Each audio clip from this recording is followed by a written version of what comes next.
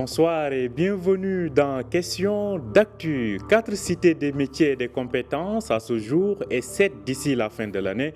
Au finish, chacune des 12 régions du Maroc devrait en disposer une. C'est la nouvelle orientation pour réussir le pari de la mise à niveau du capital humain et valoriser le potentiel des jeunes afin de faire face aux défis du Maroc dans le contexte de repositionnement des économies mondiales.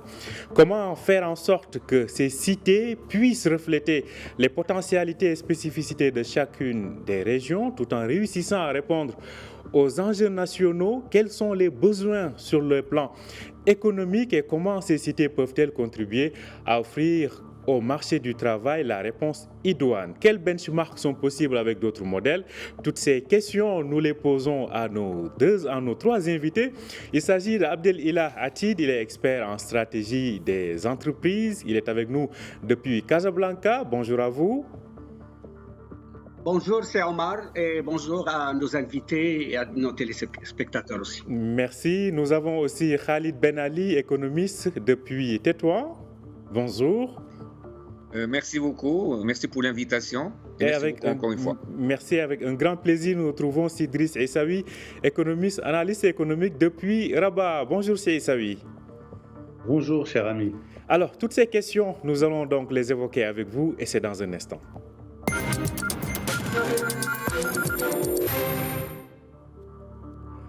Je le disais donc, d'ici à la fin de l'année, le Maroc devrait compter 7 centres, donc 7 cités des métiers et des compétences. La dernière donc a été inaugurée cette semaine par le roi Mohamed VI. Alors, Abdelilah Atid, aujourd'hui, quand on voit l'orientation de ces cités, des métiers et compétences par rapport aux besoins du marché du travail, est-ce qu'on peut dire qu'on a trouvé la bonne formule? Honnêtement, si l'on fait un peu la chronologie de l'ensemble des diagnostics qui ont été faits au niveau de l'État marocain, donc que ce soit pour diagnostiquer la situation sociale, économique ou bien la jonction des deux, on a toujours remarqué, et depuis très longtemps d'ailleurs, qu'il y a un déphasage énorme entre la formation qu'on fait de façon générale, même au niveau des universités, les besoins du marché. Mais ensuite, quand on a approfondi les analyses pour justement arriver à la conclusion dans le rapport du nouveau modèle économique, on a trouvé que même les disparités régionales viennent aussi et en grande partie, pas totalement, du fait que la formation n'est pas adaptée à la région aussi. Donc, on pouvait trouver toujours des établissements de formation ou des universités qui donnaient des formations en tourisme dans des régions où il n'y a aucun touriste qui s'aventurait pour aller là-bas, ou bien des formations dans des secteurs de mécanique, automatisme, etc., dans des régions où on n'a même pas des entreprises qui utilisent des machines. Donc, tout ça a fait qu'on a pensé à une solution qui règle la plus grande partie de tous ces problèmes-là et on a trouvé l'idée des cités des métiers et des compétences qui, quand on va rentrer, c'est Omar, dans les détails, vous allez voir qu'ils ont répondu en très grande partie au fait de faire un enseignement alterné en interne déjà, avec des mini-entreprises, mini-hôtels, mini-fermes pour accompagner l'enseignement théorique, avec beaucoup de développement personnel, communication et langue.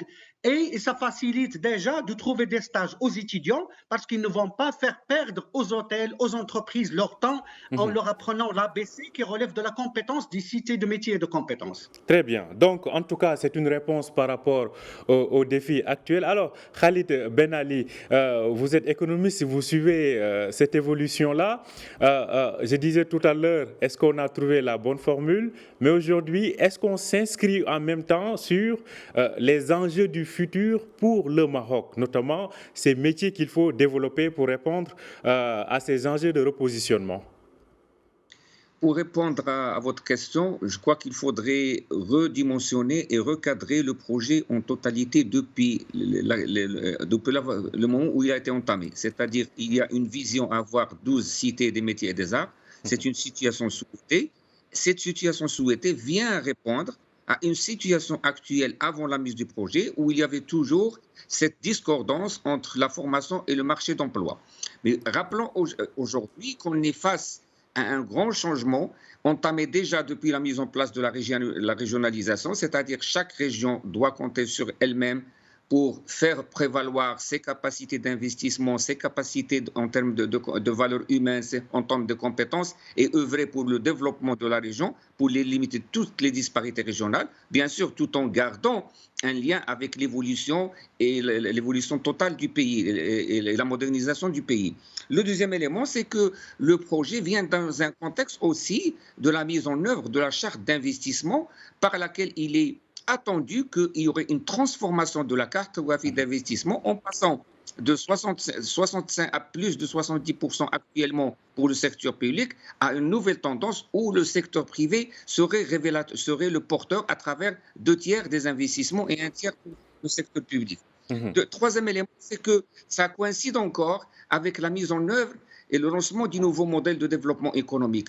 Aujourd'hui, j'estime que tous ces éléments-là font un outil et des motivations économiques très importantes. Elles auront des retombées, bien évidemment, très importantes. Premièrement, il s'agit d'une confiance qui va être regagnée par nos étudiants et nos futurs promoteurs dans les formations, dans les institutions publiques marocaines.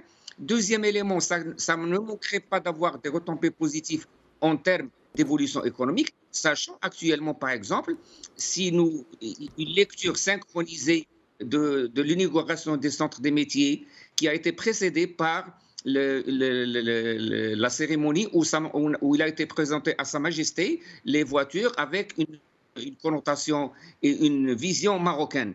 Donc là, ça coïncide, c'est-à-dire aujourd'hui, on est dans une phase ascendante de mise en place des outils économiques permettant en même temps de relever des défis, en même temps de drainer les nouvelles compétences, les nouvelles générations, les nouvelles valeurs. Et là, ça ne manquerait que d'avoir des données positives. Alors, Driss Essaoui, on suit avec vous continuellement ces évolutions-là.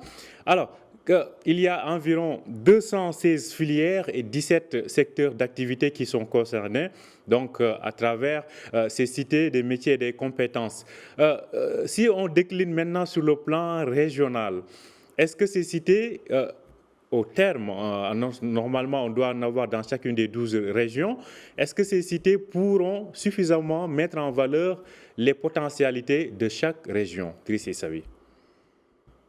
Cher ami, regardez, ce sont 12 centres, 12 cités du savoir, de la connaissance et de la créativité qui sont créées. Ce n'est pas une seule école, ce n'est pas 2, ce n'est pas 3. C'est pratiquement toutes les régions du Maroc sont couvertes. Deuxièmement, quand on crée ces cités, quand on crée ces centres de formation professionnelle, on les crée selon les besoins, selon les compétences, selon ce que peuvent donner les régions. Et ça a été déjà fait. Mais je pense que ça a été dit par les 2 précédents intervenants. Il y a toujours un problème dans l'adéquation entre la formation et l'emploi. Et je pense que c'est une problématique qui est très ancienne. Elle n'est pas nouvelle. Aujourd'hui, qu'est-ce que nous assistons à quoi ? Nous assistons à une relance du rôle de l'Office de la formation professionnelle, de la promotion du travail, qui est une institution extrêmement intelligente et importante et qui a pris du temps de retravailler et de réfléchir sur toutes ces formations. Alors, qu'est-ce que nous avons ? Nous avons une bonne réflexion qui a été faite sur quel type de métier on va avoir. Alors, pour cela, ça ne pose pas de problème. On est en train de le faire. Par exemple, le secteur de l'artisanat a été bien doté. Il y a disons, toutes les techniques et toutes les industries liées à la santé qui sont bien développées également. Donc, pratiquement tous les secteurs. Pourquoi ? Parce qu'il y a une stratégie de l'emploi qui a été développée par l'ancien gouvernement pour l'horizon 2025. Malheureusement, elle n'a pas été mise en œuvre, mais ce qui est intéressant, c'est que sur l'emploi, il y a un travail qui a été fait sur les bassins d'emploi. La région de Tanger, la région de Rabat, enfin toutes les régions. Et il fallait absolument donner à chaque région la possibilité d'exprimer ses besoins, d'exprimer ses potentialités. Et je pense ça, avec ces cités du savoir, ce sont des cités qui vont permettre aux régions véritablement aller de l'avant et de créer toutes les opportunités possibles et imaginables pour les jeunes. Et nous Alors, avons des jeunes mhm. moins de 30 ans qui seront justement lauréats de ces centres de formation. Alors, une question à Abdel-Elah Atiatid, expert en stratégie des entreprises. Alors, habituellement, quand on voit la formation entre le privé et le public, c'est deux univers différents. Des fois même, c'est comme si on a du mal à accorder un certain crédit aux établissements publics. Est-ce que là, ça va permettre de rattraper et de corriger cette image des établissements publics par rapport au monde de l'entreprise? Voilà, vous avez mis le doigt là où il le faut, c'est Omar. D'abord, nous, dans la stratégie, on ne néglige jamais le marketing et la perception. C'est pourquoi, moi, je voulais laisser ça pour la conclusion, si on a quelques minutes à la fin. Déjà, associer les CMC à l'offre PPT et au mot formation professionnelle, je pense qu'il y a un travail de fond qui doit être fait pour faire des CMC ce qu'on appelle disruptive innovation, c'est-à-dire une innovation qui coupe avec le passé, parce que dans l'esprit du Marocain, dans l'imaginaire collectif, quand quelqu'un il est raté, on l'envoie al-takwin, c'est-à-dire à la formation professionnelle. On veut effacer ça. Ça va prendre quelques années, mais si les CMC sont bien gérés, je souligne le mot gouvernance, on peut gommer cette image négative. Pourquoi ? Parce que les CMC, d'abord, ça fait des années qu'on dit ça et on est heureux de voir que c'est dans le cursus maintenant. 30% du temps de tous les CMC, il est consacré au développement personnel. Ça répare les problèmes d'éducation, les problèmes de la liaison entre le savoir, le savoir-faire et le savoir-être, et ça travaille les langues. Les langues, d'abord, ça travaille une langue qui ne va pas disparaître du jour au lendemain, qui est le français, et qui va réparer aussi le minimum de la langue anglaise par filière et par spécialité, ne serait-ce que pour être capable de lire le manuel d'une machine dans une spécialité bien déterminée qui est généralement en anglais. Ça d'une part. D'autre part, par exemple, pour le tourisme, ils vont avoir droit à un semestre supplémentaire pour apprendre les langues des touristes qui viennent nous voir. Donc, pour une fois, les analyses macroéconomiques, ils sont déclinées au niveau de la micro, c'est-à-dire au niveau de l'entreprise et sa stratégie. Donc, les langues, les touristes arabes, francophones, hispanophones et anglophones et la langue allemande, parce que les Allemands sont des touristes qui dépensent beaucoup d'argent pour leurs vacances. Donc, ça va gommer l'image, ça ne va pas se faire du jour au lendemain. Et une des recommandations, moi j'anticipe, c'est de changer même le nom de l'offre PPT et de mettre l'Agence nationale des métiers et des compétences. Et c'est comme ça qu'on peut se débarrasser de ce logo, de ce nom, que beaucoup d'étudiants, moi j'interviens énormément dans le monde de la formation professionnelle, c'est le cœur de mon métier. Je suis un diagnostiqueur d'entreprise et je passe directement la réparation par les missions de conseil et en parallèle par la formation et par le coaching mentoring.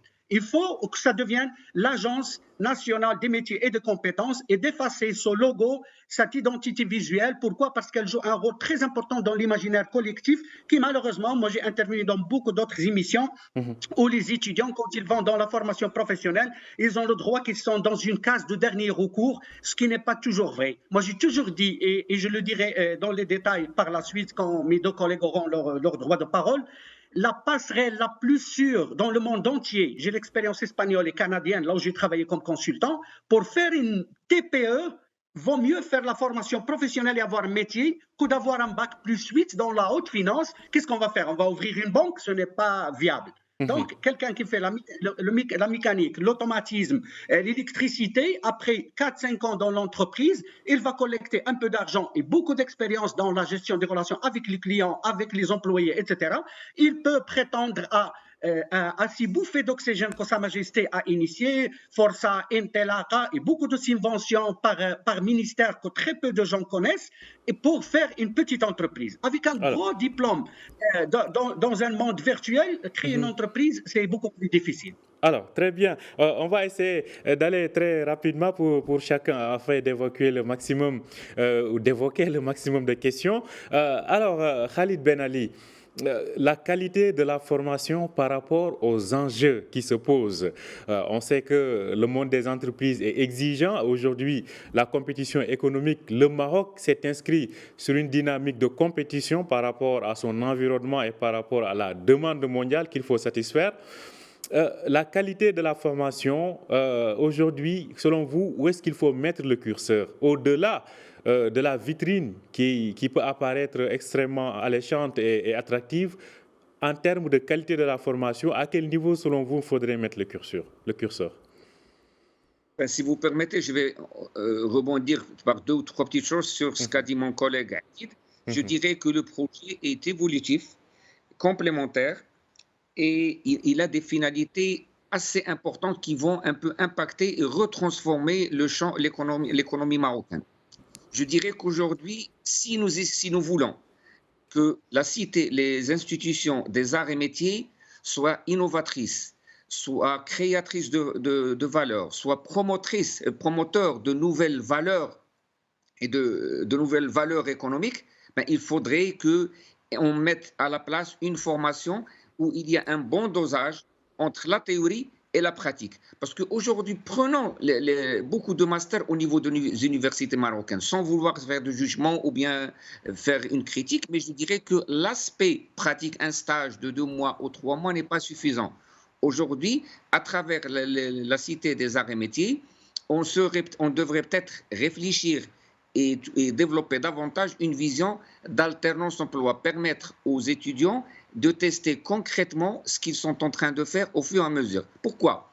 Parce que quand on voit la composition des disciplines qu'il y a au niveau des cités d'art et des métiers, nous voyons une vision économique sur la production d'un package de produits économiques. C'est-à-dire, il ne s'agit pas de produire un élément de la chaîne, plutôt il s'agit de produire plusieurs éléments de la chaîne. Il s'agit de créer le terrain et favoriser le champ d'éclosion de nouvelles compétences. Et puis, en troisième lieu, in fine, il y a un taux d'intégration marocain très important. Ça va avec le label Made in Morocco. Si on veut aujourd'hui faire ça, c'est-à-dire que nous sommes vers une nouvelle tendance où nous devons être compétitifs au niveau international. Comme l'a signalé mon cher collègue Siatit, au niveau international, il y a cette tendance, il y a eu des transformations des cycles de formation. Moi, je pourrais reconfirmer davantage qu'il y a des chefs d'entreprise en Europe que j'ai eu l'occasion de contacter. Ils préfèrent, quand il s'agit de recruter, un cadre, un lauréat d'une école qui a une alternance emploi ou bien une expérience professionnelle plus étoffée que celui qui a un doctorat et avec un stage ou deux. Donc, la préférence pour la pratique, parce que quand on a un stage, beaucoup de stages, quand on est mis dans des situations, on doit s'affirmer comme salarié, comme innovateur, comme chercheur. Ça, c'est parce que sur le plan financement, là, logiquement, personnellement, j'estime que ce projet-là s'inscrit dans le cadre des ressources destinées au développement de la recherche et de la formation professionnelle. Nous avons aujourd'hui un nouveau contexte à travers la charte d'investissement qui s'ouvre pour toutes les idées compétentes, pour toutes les idées novatrices. Aujourd'hui, je crois, avec ces institutions, avec d'autres, sûrement la vision du système éducatif national, nous sommes peut-être devant une nouvelle vision et on peut prendre un exemple très simple. Aujourd'hui, il y a le développement dans tout ce qu'on appelle la télémédecine, ou bien ce qu'on appelle, elle est basée sur les objets connectés. Les objets connectés, c'est une nouvelle tendance qu'il faudrait bien définir. Et nous avons remarqué qu'au niveau du charte d'investissement, il y a, parmi les mesures d'incitation et de subvention, une disposition destinée à ce métier. Donc, il y a une connexion entre les secteurs économiques et je dirais finalement qu'il s'agit d'un projet économique, mais derrière, il y a une connotation sociale et une connotation sociétale. Alors, Driss Issaoui, on a parlé de ces secteurs, de ces 17 secteurs et 216 filières. Alors, de tous ces secteurs, aujourd'hui, lesquels vous paraissent les prioritaires, en fait, et sur lesquels il faudrait franchement appuyer sur l'accélérateur? Très, très sincèrement, ce n'est pas un analyste qui va venir vous dire c'est tel secteur qui sera prioritaire ou qui va avoir, qui va réussir dans les choix d'avenir que l'on va faire pour ces jeunes. Je pense que c'est d'abord les capacités qui sont développées par ces CMC, donc ces cités de la connaissance, c'est aussi les capacités qui seront mises en avant par les formateurs et c'est également les capacités. D'ailleurs, Atit vient de le dire, les entreprises elles-mêmes cherchent des profils, elles le cherchent avec beaucoup de difficultés. C'est la problématique d'abord de la déperdition scolaire qui pose toujours des problèmes au système d'éducation marocain. Nous avons également cette difficulté à installer un système de formation permanent avec les profils qui sont les nôtres, puisqu'on sait à qui on a affaire. Et maintenant, comment sortir de ces cités, sortir de cette manière de faire et aller vers une formation qui réponde aux besoins de l'entreprise et surtout aux capacités de développement de ces entreprises. Parce que ces entreprises, qu'est-ce que nous voulons? Nous voulons faire acheter des produits faits au Maroc, donner la préférence aux produits nationaux. Alors pour le faire, il faut que les produits soient véritablement ceux dont on a besoin, ceux qui sont réellement créés pour les besoins de ces entreprises. Mais je pense que ce qui est fait aujourd'hui, il y a un certain nombre de priorités qui sont avancées. On a parlé des industries de la santé, des technologies de l'information, de l'intelligence artificielle. Tout ça, ce sont des possibilités qui sont ouvertes à la jeunesse marocaine et qui va pouvoir aller de l'avant dans ces systèmes. Les formations, effectivement, au Maroc, ce qui se posait, c'est que l'encadrement était faible. On n'avait pas beaucoup de gens capables de s'investir dans le domaine de la formation. Les gens ne sont pas intéressés. Pourquoi? Parce que ça ne paye pas assez, etc. Mais je pense... Alors, moi, je dis merci à M. Atit qui a dit exactement ce qu'il fallait. Il faut que l'Office de la formation professionnelle change de nom et devienne cette agence nationale pour les métiers, pour la compétence, pour l'innovation, etc. Et ce renouvellement d'appellation ne sera pas gratuit. C'est un renouvellement qui va donner une dynamique nouvelle parce qu'on a une nouvelle équipe au niveau de la formation professionnelle qui a hérité de tout ce qui a été fait sur la formation professionnelle avec la méthodologie, le savoir-faire, etc. Et je pense que si on le fait ainsi, si on change d'appellation, si on donne plus de moyens à ces gens-là, je pense que la formation professionnelle va être véritablement la sortie qu'il faut pour la jeunesse marocaine. La formation professionnelle, donc la bonne sortie pour la jeunesse marocaine. Alors, cette sortie aussi, cette bonne sortie requiert des investissements. Là, on a adopté la nouvelle charte de l'investissement depuis donc environ 5 mois. On voit les milliards dirhams qui sont annoncés en termes de projets d'investissement approuvés par la Commission nationale des investissements. Justement, comment aujourd'hui cette nouvelle orientation en termes de formation peut-elle favoriser les investissements? Abdelila Atid. Allô? Oui, Abdelila Atid, vous m'entendez? Je ne sais pas si vous arrivez. Ah, ok. C'est Amar. Oui. Je vais vous dire que pour une fois, je vois qu'il y a beaucoup de réformes qui se font en parallèle et qu'on peut intégrer dans quelques années. Il y a déjà le travail sur la réparation, entre guillemets, de l'école primaire, du collège et du lycée. À partir de septembre prochain, tous les collégiens de la première année vont passer à la langue anglaise. L'enseignement anglo-saxon est de loin meilleur. Ce n'est pas pour dénigrer la francophonie, c'est juste pour prendre le numéro 1 et se désister peut-être du numéro 2, ou je ne sais pas quel est le classement mondial de la francophonie. Et en même temps avoir ces CMC. Donc j'insiste énormément sur le fait de créer l'Agence nationale des métiers et de compétences pour remplacer déjà l'OFPPT. Et je vais vous donner un chiffre qui est choquant, mais qui va dans le sens positif de la vision royale de créer les CMC pour valoriser davantage, je dis bien davantage, la formation professionnelle. On a constaté que 48%, donc presque la moitié des étudiants universitaires qui accèdent à l'université marocaine, toutes branches confondues, qui quittent avant de finir la 3e année, c'est-à-dire avant d'avoir le bachelor. Donc, imaginez, la moitié de nos bacheliers, ils vont à l'université et ils en sortent après 3 ans sans le bachelor, sans la licence professionnelle. ni développement personnel, ni communication, ni langue française, ni encore moins la langue anglaise, et qui n'ont aucun métier parce que c'est de l'enseignement théorique, franchement, moi je plains un entrepreneur qui va embaucher quelqu'un, même au SMIC. Qu'est-ce qu'il va faire avec? Il doit lui enseigner tout ce qu'il a raté pendant 12 ou 15 ans depuis le primaire, et ça, ce n'est pas le rôle de l'entrepreneur. Comme il n'est pas le rôle de l'État de créer des emplois, mais de créer un environnement favorable à l'entreprise. Et chaque entrepreneur, moi j'accompagne depuis 15 ans les porteurs de projets et les startups, un entrepreneur qui trouve un climat favorable, c'est comme planter quelque chose dans une pépinière de bonne qualité qui n'est pas infectée. Une fois qu'il a réussi la première entreprise, rien ne l'empêche d'avoir la deuxième, la troisième et d'avoir un petit groupe. Et c'est le cœur de mon métier, donc je parle de choses que je vis au jour le jour.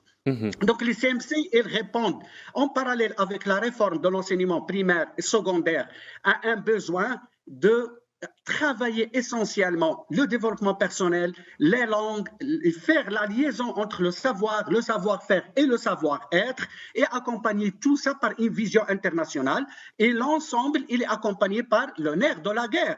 Et là, on applaudit très fort l'initiative royale de créer Força et Intelaka. Et croyez-moi, moi je le dis au grand public à travers Midi TV, chaque ministère, il a une longue liste de subventions que très peu de gens maîtrisent. Donc, il faut bouger et taper aux portes des délégations régionales dans toutes les villes du ministère de l'Agriculture, de l'Industrie, etc. Ils ont beaucoup de choses sur lesquelles ils ne communiquent pas pour je ne sais quelle raison, mais qui sont des fois l'équivalent de Força et Intelaka. Ils sont là tout le temps dans le cadre de la coopération internationale ou des programmes qui sont confectionnés sur mesure sur ordre de la primature, enfin de la présidence du gouvernement.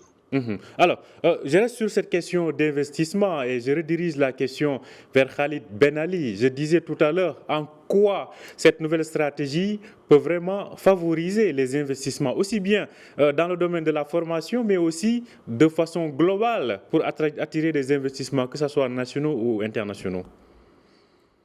Vous savez, traiter la question que vous voulez poser suppose deux réponses. Quand on parle d'investissement en matière de formation, c'est un investissement en capital humain pour disposer d'un capital humain capable à dépasser et à être en phase avec les évolutions futures. Parce que nous savons maintenant que le choc démographique qu'il y aura dans quelques années, le taux d'activité et le taux de croissance ne serait plus réalisé à travers la démographie. Il faudrait l'innovation, il faudrait un monde de culture, de savoir pour pouvoir drainer les investissements. Et pour drainer un investissement, ce n'est pas chose facile. Maintenant, quand on parle en termes d'investissement, de retour sur la formation à travers la mise en place de ces cités, j'estime qu'au niveau des régions, que les élus régions, tous les acteurs au niveau de la région devraient disposer d'une banque d'affaires régionale qui présente les besoins et les investissements attendus. Parce que créer une école, une cité au sein de chaque région suppose que cette école devrait favoriser et mettre en place des formations, des compétences en mesure d'intégrer le tissu régional et le tissu national et répondre aux besoins tant au niveau régional qu'au niveau national. Deuxième élément que je citerai, c'est que la Cité des Arts, tout ce qui sera fait, c'est quoi? Pour être en phase avec l'évolution technologique très importante et pour répondre à l'évolution du marché national. Quand on prend maintenant certains chiffres avancés par Saatid, qui en est spécialiste. Donc, qu'est-ce que ça veut dire que la plupart des plus de 40% quittent avant d'avoir terminé leur cursus scolaire? C'est que l'idée qui se propulse, c'est que la formation dans les universités marocaines n'est pas si importante, n'est pas si attractive. Quand on compare maintenant certains profils formés au niveau du secteur privé, on a l'impression de dire aux gens que le secteur privé est plus porteur que le secteur public. Alors aujourd'hui, je crois, avec cette mesure, nous sommes entrés dans une phase de mettre à niveau notre système d'enseignement, justement pour promouvoir l'investissement national. Donc, pour promouvoir l'investissement national. Alors, je me tourne vers Driss Essaoui. Alors, Driss, on a évoqué en termes régional, mais aussi sur le plan sectoriel. Alors, l'autre question qui se pose, quand on voit des secteurs phares, on en a parlé tout à l'heure, qui sont l'aéronautique et l'automobile, on voit les avancées et comment le Maroc a réussi aujourd'hui à figurer sur la carte mondiale dans ces secteurs et en être un acteur respecté. En quoi, par exemple, ce genre de cités et de métiers peuvent aider à l'émergence de nouveaux secteurs forts dans lesquels le Maroc se distingue? Driss Issaoui. Je pense que ces cités vont véritablement constituer, disons, l'espace de déploiement de toutes ces dynamiques. Il faut le dire. Pourquoi? Parce que d'abord, ce sont des centres qui vont permettre aux formateurs, à ceux qui veulent former. Et moi, je vais peut-être citer un exemple. Dans la région de Casablanca, il y a une école qui forme les jeunes professionnels à l'industrie automobile.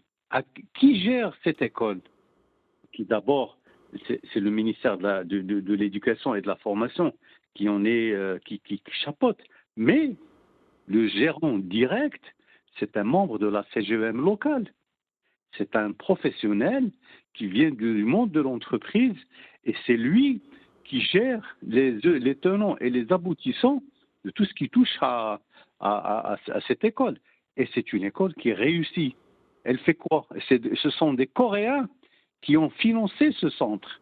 Je n'ai pas encore aujourd'hui, c'est pour ça que l'Office devrait devenir l'Agence nationale des compétences, de la création, etc. Et ça, moi, je reviens toujours à cette proposition faite par Atid, qui est excellente. Pourquoi? Parce que c'est un homme du métier, c'est un homme de terrain. Et il sait que l'Office de la formation professionnelle, qui a fait son temps, qui a évolué, qui a beaucoup évolué, donc il faut lui donner aujourd'hui la possibilité d'aller de l'avant. Il faut lui donner la possibilité d'aller de l'avant. Alors, il nous reste mais vraiment quelques petites minutes. On va en profiter pour faire un tour de table, entre guillemets, pour donner la parole à chacun d'entre vous. Alors, Abdelilah Atid, comment on peut benchmarker par rapport à d'autres exemples à travers le monde pour mieux réussir cette nouvelle orientation? Si Omar, j'ai un petit rappel. Vous savez, pour corriger tout ce qui est crèche et maternelle, personne ne peut trouver mieux que le modèle finlandais, basé sur le fait que les petits n'ont pas à faire de compétition pour ne pas avoir un esprit conflictuel. Jusqu'à l'âge de 10 ans, ils apprennent par le jeu. Learning by gaming, au lieu de learning by doing qu'on va faire dans les CMC, c'est-à-dire apprendre en faisant, parce que dans chaque CMC, il y a une petite école du métier. Il faut le souligner. Il y a un petit hôtel, une petite ferme, c'est quelque chose qu'il faut applaudir. Les CMC aussi, ils ont 5500 lits couverts. Donc, divisé par 12 régions, c'est presque 450 lits et couverts. Pourquoi? Parce qu'on ne peut pas dans chaque ville faire un CMC. C'est une cité, c'est pas logique. Chaque cité nous a coûté presque 37 millions de dollars, c'est-à-dire 37 milliards de centimes, parce que le coût global est de 4,4 milliards de dirhams. C'est des choses qu'il faut applaudir pour encourager les responsables, les top managers du pays, et pour applaudir aussi la vision royale qui mérite grand respect. Et les dirigeants qui ont dérivé ça sur le terrain méritent des applaudissements pour les encourager d'aller de l'avant. Alors, moi, assez rapidement. Assez rapidement, je souhaiterais qu'on crée l'Agence nationale des métiers et de compétences au lieu de l'OFPPT. Et les CMC vont être gérés par des sociétés anonymes, mais qui sont toujours coiffées par l'OFPPT. Il faut qu'ils soient coiffés par le ministère de la valorisation du capital humain au lieu d'avoir un ministère de la formation professionnelle. On va laisser les élus dans les régions gérer les CMC. Et tout le monde sait comment il est le monde des élus. Je n'aimerais pas m'attarder là-dessus. On appelle les associations dans le conseil d'administration pour donner leur avis. Et qu'en est-il des associations des TPE et des PME? C'est 95% des entreprises. Les Big Five, c'est juste 5% des entreprises. La société civile, elle n'est pas prévue. Les associations des anciens étudiants qui travaillent et qui connaissent les défauts de la formation à corriger ne sont pas associés. Et il faut appeler à l'expertise canadienne francophone. C'est des gens qui pensent en anglais, qui parlent en français. Ça nous évite des traductions inutiles de tous les programmes. Et j'ajoute un dernier point, c'est que pour créer les CMC, on a puisé depuis 2 ans sur le budget de la formation continue, qui est 30% de la TFP, quelque chose comme 750 millions de dirhams. Donc, on a construit des murs, on a détruit la superstructure. Il faut maintenant rétablir les budgets de la formation continue pour ne pas déshabiller Pierre, pour habiller Paul. Merci. En tout cas, c'est des éléments intéressants en termes d'analyse. Alors, un dernier mot pour Khalid Ben Ali avant de passer chez Idriss Essaoui. Alors, Khalid Ben Ali, aujourd'hui, voyez-vous en tout cas de meilleures perspectives pour la demande de l'économie nationale en termes de compétences avec ces cités des métiers et des compétences? Alors, si j'ai à formuler une suggestion pour conclure, je dirais que les CMC, ça fait partie du patrimoine de l'État qui est mis à la disposition des étudiants actuels et des générations futures. Je dirais deuxième chose, que pour réussir ce challenge et être en phase avec l'économie nationale et internationale, il faudrait se doter de la culture d'évaluation, de réalisation et d'évolution avec l'écosystème national et international pour pouvoir réussir cette mission. C'est des ressources qui sont mises à la disposition de nos compétences, qui sont gérées par un ensemble d'acteurs. Il faudrait une coordination dans les actions pour réussir le challenge et s'inscrire dans la lignée et la vision économique du Maroc. Merci à vous, Khalid Ben Ali. Vous restez avec nous. Le dernier mot à Idriss Essaoui depuis Rabat. Alors, Idriss Essaoui, si vous aviez à dégager des perspectives après ces CMC, quels seront selon vous les nouveaux défis et les challenges? Et d'abord, combler toutes les lacunes qui ont été laissées par le système de la formation professionnelle classique, traditionnelle. Donc, faire cette adéquation entre la formation et l'emploi. Je pense qu'on est en bonne voie, il faut y aller. Mais c'est juste un espoir qui est formulé. Alors la réalité est tout autre. Alors maintenant, c'est toute cette transformation. D'ailleurs, les deux intervenants ont fait des suggestions qui sont extrêmement intelligentes et importantes. Il faut y aller, mais surtout donner la possibilité à nos jeunes de pouvoir s'exprimer, de pouvoir travailler, de pouvoir être véritablement au rendez-vous de l'histoire. Être donc au rendez-vous de l'histoire. Merci à vous trois pour vos contributions. Merci à Abdel Ilah Atid, expert en stratégie des entreprises, qui était en direct avec nous depuis Casablanca. Merci aussi à Khalid Ben Ali, économiste depuis Tétouan. Et à vous, Idriss Essaoui, analyste économique depuis Rabat. Merci à vous trois d'avoir accepté notre invitation. Alors, c'est la fin de cette émission. Merci de l'avoir suivi. Je rappelle que vous pouvez retrouver Questions d'actu sur notre site www.medientv.com. Bonne suite de programme sur Médien TV.